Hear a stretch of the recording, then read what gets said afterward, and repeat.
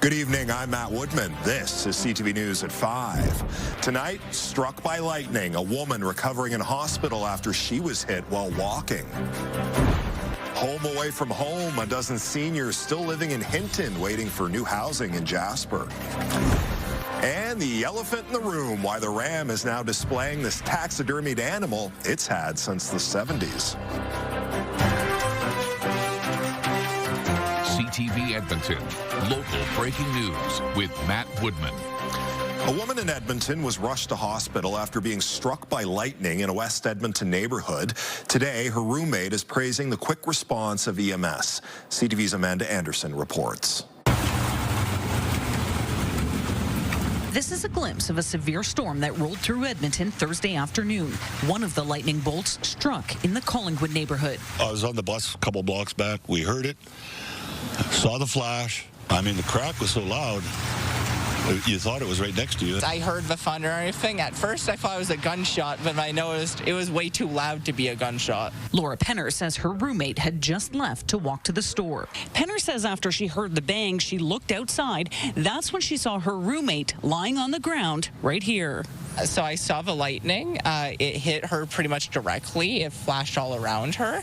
And so I ended up getting my partner and then my other partner to run over and administer CPR while I called EMS. By that time, Marty Hemrick had gotten off the bus, steps away from where the woman was laying on the ground. My first thought, because of the world today, do you need Narcan? No, she doesn't do drugs. She got hit by lightning.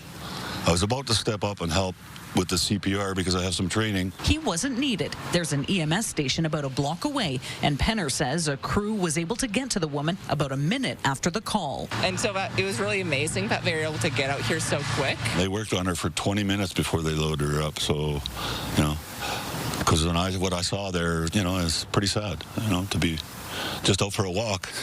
She was taken to hospital in critical condition. Penner says she's still unconscious and sedated. Amanda Anderson, CTV News, Edmonton. A 34-year-old man is accused of impersonating an Edmonton police officer, as well as breaking into a woman's home and sexually assaulting her. Court documents show Kyle Edmund Bouzan is charged with 2 counts of impersonating police, obtaining property under false pretenses, and breaking into a home with intent. The offenses are alleged to have happened between May 1st and July 6th. Edmonton police say they're investigating the use of an officer's uniform in a criminal incident.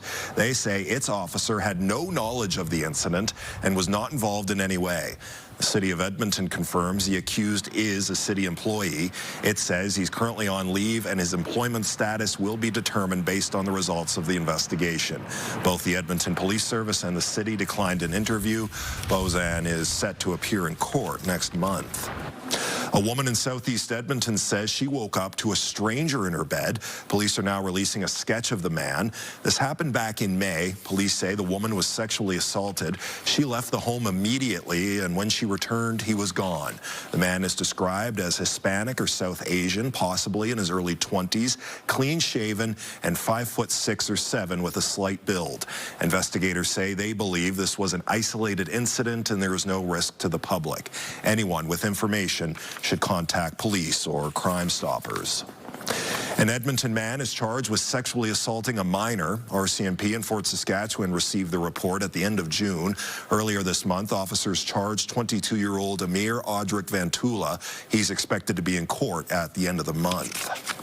Strathcona County has lifted water restrictions after its main water supply was damaged. Last night, people were told to cut back or postpone all non-essential water use. EPCOR says the line was damaged during infrastructure upgrades. It says the water line's location was closer than previously thought. EPCOR says repairs are ongoing. It says customers are still receiving water. Water safety advocates raised a flag on the legislature grounds to commemorate World Drowning Prevention Day. Keep going, keep going. There we go. During the event, people also shared their experiences with drowning and close calls. One woman says she was walking her dog in January of 2023 when it saw a flock of geese and darted into the river. She instinctively went after the dog and fell in too. Fortunately, she was rescued. She feels she has a responsibility to tell people her story so people understand the dangers of water. we're very used to our routine, like what happened to me. And, when it comes to water, things can be very unpredictable. And so we have to really take necessary precautions being around the water. The Life Saving Society says about 40 to 50 people drown in Alberta every year. About a dozen seniors from Jasper are now living in Hinton as they wait for their lodge that burned down to be rebuilt. They're just some of the Jasperites still settling into their new living situations 1 year after a wildfire tore through their town. As CTV's Jeremy Thompson reports, Hinton's housing market is feeling the pressure, but some new provincial housing is on the way to help lighten the load. Like the rest of Alberta, Hinton's population is growing.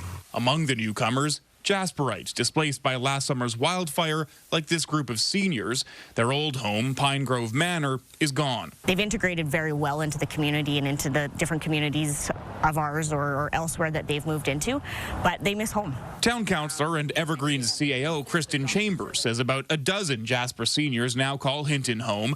A handful of others found spaces in the Edson Lodge or with family elsewhere. An upgrade from the hotel rooms the low-income seniors had been placed in after the fire. The last one actually just being housed the first week of June. Rebuilding that lodge in Jasper will take a while. In the meantime, the displaced seniors are preparing to move into new modular homes coming to this land in Hinton.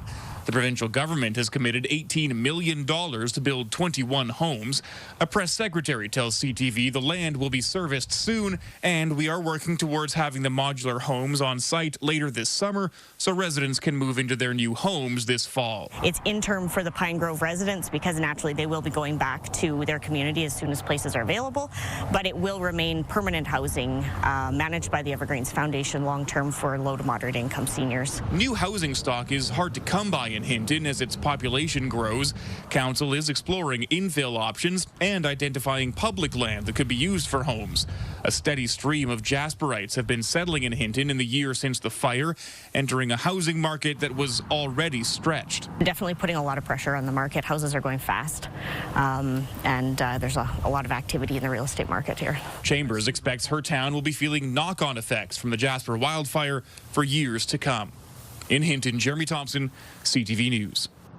Let's head over to the CTV Weather Center now. Corey, it's been kind of dark out there today, but the clouds starting to clear up a bit, I hear. Yeah, a nice mix of sun and cloud right now as we head into the late afternoon. And supper hour as we look outside right now with the CTV drone. There we go. A nice mix of sun and cloud. It's turning out to be quite a nice late afternoon, early supper hour. And as we go throughout the rest of the evening, we will start to see the cloud break up a little bit more. As far as temperature today, we'll have to see where we're at now. But last time I checked, we were at 21 degrees, average seasonal high 24, so below that. Yesterday we were above. Let's take a look at the current temperature, still at 21 degrees. Wind coming in from the west on the lighter side. It will continue to lighten up as we go throughout the evening. So a nice evening ahead of us. We were under severe thunderstorm watches and warnings in the Edmonton area last night at this time. Right now, it's areas just south of Red Deer, in and around Calgary and east that are under severe thunderstorm watch. So active weather in those areas of the province. We're not seeing that here. Sun and cloud throughout the rest of the evening, about 18 by 9. Midnight, we should be around 15, and then we start off tomorrow morning at 12 degrees. We will see a mix of sun and cloud through tomorrow, a little bit more cloud in the afternoon with a slight chance of scattered showers. 21 for a high for tomorrow. So very similar to today.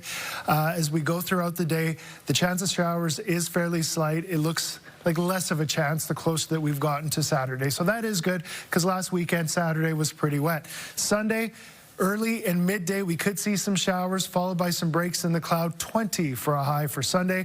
And then Monday, we start to warm up and we really heat up as we go throughout next week. We've got temperatures still in the high 20s, in and around 30 degrees. So that trend has been holding. But the nice thing is, as we go throughout the weekend, it's not looking as wet as last weekend. Again, for tomorrow, just a slight chance of scattered showers, sun and cloud 21. And then early and midday Sunday, we could see some showers, a high of 20 with sun and cloud into the afternoon. Matt. All right, Corey, thanks very much. Coming up next on CTV News, Deli delays. The owners of a popular shop in Jasper eagerly waiting to reopen in Edmonton. So that whole experience hasn't been easy.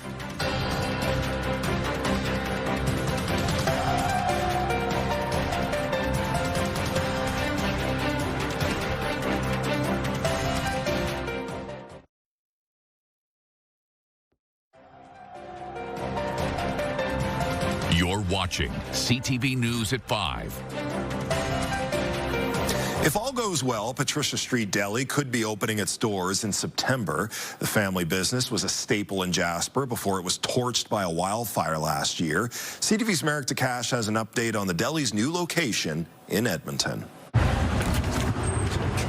It's been nearly 1 year since the Leaches moved away from the town of Jasper. Well, we left our life in Jasper, and we're starting out new here, and so that whole experience hasn't been easy, like transitioning from a small mountain town to the city. Wendy and Glenn Leach started the Patricia Street Deli 21 years ago. Since then, they've built a loyal customer base of locals and tourists. The relationships we built over 20 years, they've stayed with us. The people are waiting patiently for us to open.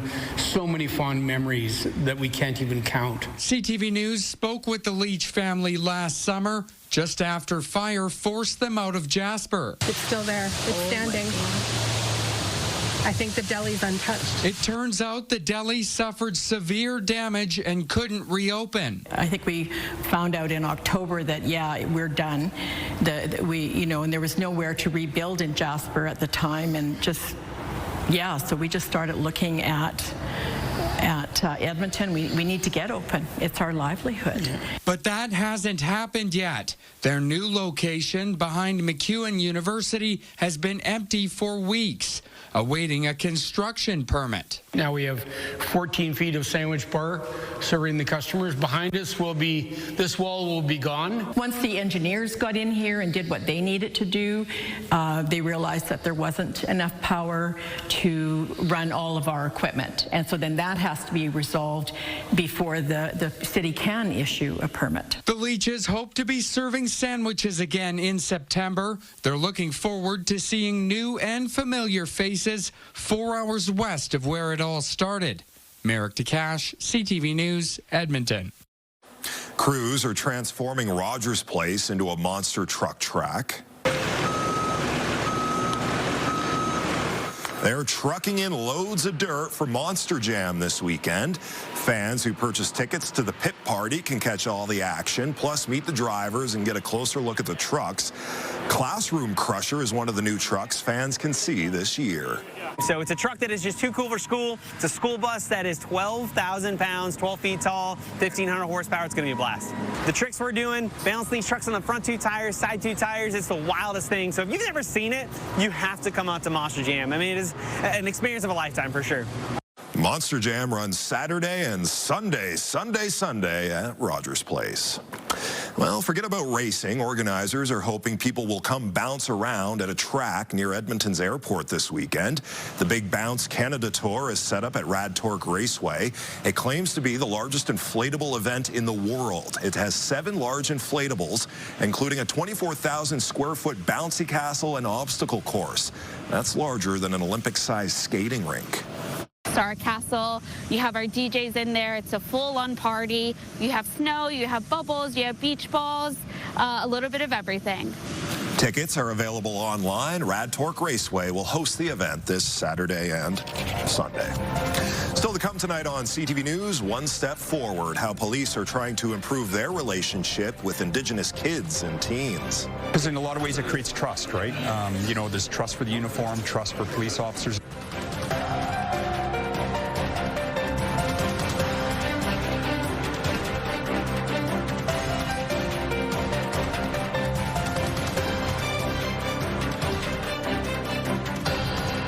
Programming brought to you by James H. Brown Injury Lawyers, the heavy hitters of injury law. I know all the good stuff. The Edmonton Police Service hit the mall today with some extra company. Operation Soul aims to build relationships between law enforcement and Indigenous youth. Officers help the kids shop for new shoes today. In a lot of ways it creates trust, right? There's trust for the uniform, trust for police officers. It really shows, outside of policing, that officers are just people trying to do their job. 30 kids took home new footwear from West Edmonton Mall Foot Locker. I wonder if any of them are picking up new boots today, Corey. I know I've been complaining a lot about the weather this summer. It feels like it's been wet and cooler to me, but the stats show it's been pretty average for July. Yeah, fairly average as far as the temperature. Precipitation-wise, it's been a bit on the dry side. We're below average. July is one of the rainiest months of the year, and we are below average, usually seeing about 80 millimeters. We're right now around 30. So a bit on the dry side. Temperature-wise, we're fairly average. Average high for July usually comes in around 23.5. This July, our average daytime high is 23.8, so we're doing okay. But a lot of people are comparing this also to last year, so I thought I would take a look at the last 3 years with days at 30 degrees or above. Statistically, July sees almost 2 days with a temperature of 30 or above. 2023, we saw 1. Last year, we had 12 days at or above 30 degrees. It was a hot 2024 July. So far this July, we've had 2. So we're kind of on average statistically for days at 30 or above. And towards the end of next week, we could possibly add 1 or 2 more as we end off the month. So we're kind of on average, but a lot of people have been saying it has felt a little bit cool. We've just haven't had a lot of those hot temperatures that we saw last year. As we take a look at the River Valley Skycam, driven by Action Furnace. Action Furnace fixed right or it's free. Temperature right now, 22 degrees. So we're doing okay temperature-wise now as we head into the later part of the afternoon. We've gained a degree in the last hour. We'll probably see our temperature drop off in a few hours, but we'll kind of hang around 22 for a little while now. Areas to the north, northeast of us, we are seeing some storms, especially as you move up to areas north of Fort McMurray. Some lightning also moving off into Saskatchewan. Peace River, a few storm cells there, not too big. And then to the south of us, we do have some scattered showers and pockets of rain. A little bit of interference to the west of us, so we're not actually seeing that. It just kind of pops up on the radar, so that's just interference out by Onaway.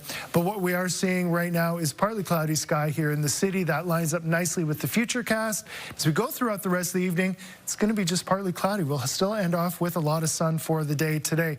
Overnight into tomorrow, partly cloudy, and as we go throughout Saturday, a little bit more cloud moving in. Chance of showers west and south of the city. And for us, there's a chance that we could see some scattered showers. Pretty slight, but that chance is there. So just keep an eye on the sky. It looks like late afternoon we could see some scattered showers, but it is pretty slight. Tomorrow morning we'll start off around 10. Fort McMurray 8, Slave Lake 11. To the south, temperatures a little warmer in the morning. Calgary 12 degrees. Daytime highs tomorrow fairly similar to today, just below and just above 20 degrees. Cold Lake 22, Vegreville 21. Areas to the south, Red Deer, Calgary could see some scattered showers. Highs of 16. For us here in Edmonton tomorrow, we are looking for a high of 21. Again, just a slight chance of scattered showers, so keep an eye on the sky. And then Sunday, early midday, we could see some showers. Better chance early Sunday, high of 20. And then we heat up by Wednesday, a hot day, 29. All right, Corey, thanks very much. People will be gathering in Drumheller to search for fossils and gems this weekend. The great thing about going rock hounding in Drumheller, you are never going to walk away empty-handed. Event organizer Anastasia Peaceseekers loves fossils and rocks. Some of the most common rocks and fossils in the region are septarian nodules and petrified wood. Peaceseeker says many people have questions about the do's and don'ts of fossil hunting. Service collecting basically involves walking around, looking at the ground, seeing a fossil, and picking it up. That's completely, totally okay. Excavating is when you're doing any kind of digging with machines, tools, hands. Unless you have a permit, that's not going to be allowed. While fossils are legal to collect and keep in Alberta, they are the property of the government and are not allowed to leave the province. Sunday's event is open to anyone and starts at 1 p.m. in the Walmart parking lot. When we return, trunk touch-ups, why a local museum is displaying and fixing up a taxidermied elephant it's had for decades. It's been behind the scenes for most of its existence.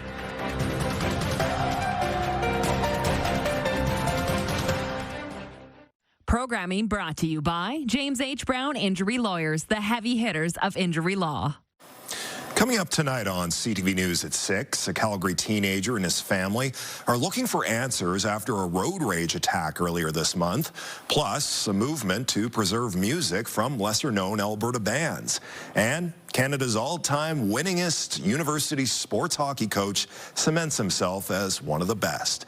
Those stories and much more tonight on CTV News at 6 with Jeff Hastings. The Royal Alberta Museum is giving new life to an elephant that lived in the Calgary Zoo in the 1960s. As CTV's Miriam Valdez-Carletti explains, it's a way to show guests what goes on behind the scenes. The Royal Alberta Museum is addressing the elephant in the room. Its conservation team is sprucing up a juvenile Asian elephant named Gyro. It's been behind the scenes for most of its existence, and now we're just happy to have it out front of house, having fantastic conservation staff working on it. When guests come into the museum, they'll see history conservator Gigi Coulis giving him a fresh look. Yeah, this is totally unique and novel, so it's pretty amazing. The value is showing some of the things that are done behind the scenes of the museum that people don't get to see every day. Gyro came from Toronto to Alberta in the 60s. This is a photo of him celebrating 1 year at the Calgary Zoo. In 1967, he died after his female mate knocked him into a dry moat. He was 6 years old and wasn't fully grown. On our history team, just did like a deep dive because there wasn't a lot of information about him, and she just pulled up all these old newspaper articles. The Ram acquired him in 1979. He's never been displayed to the public before. The museum says while elephants are not native to Alberta, Gyro's time in Calgary makes him a part of provincial history. He is the only, as far as we know, the only taxidermied elephant in Western Canada and in our collection. An important reason to keep him looking his best after signs of wear, like these cracks. So I'm applying it sort of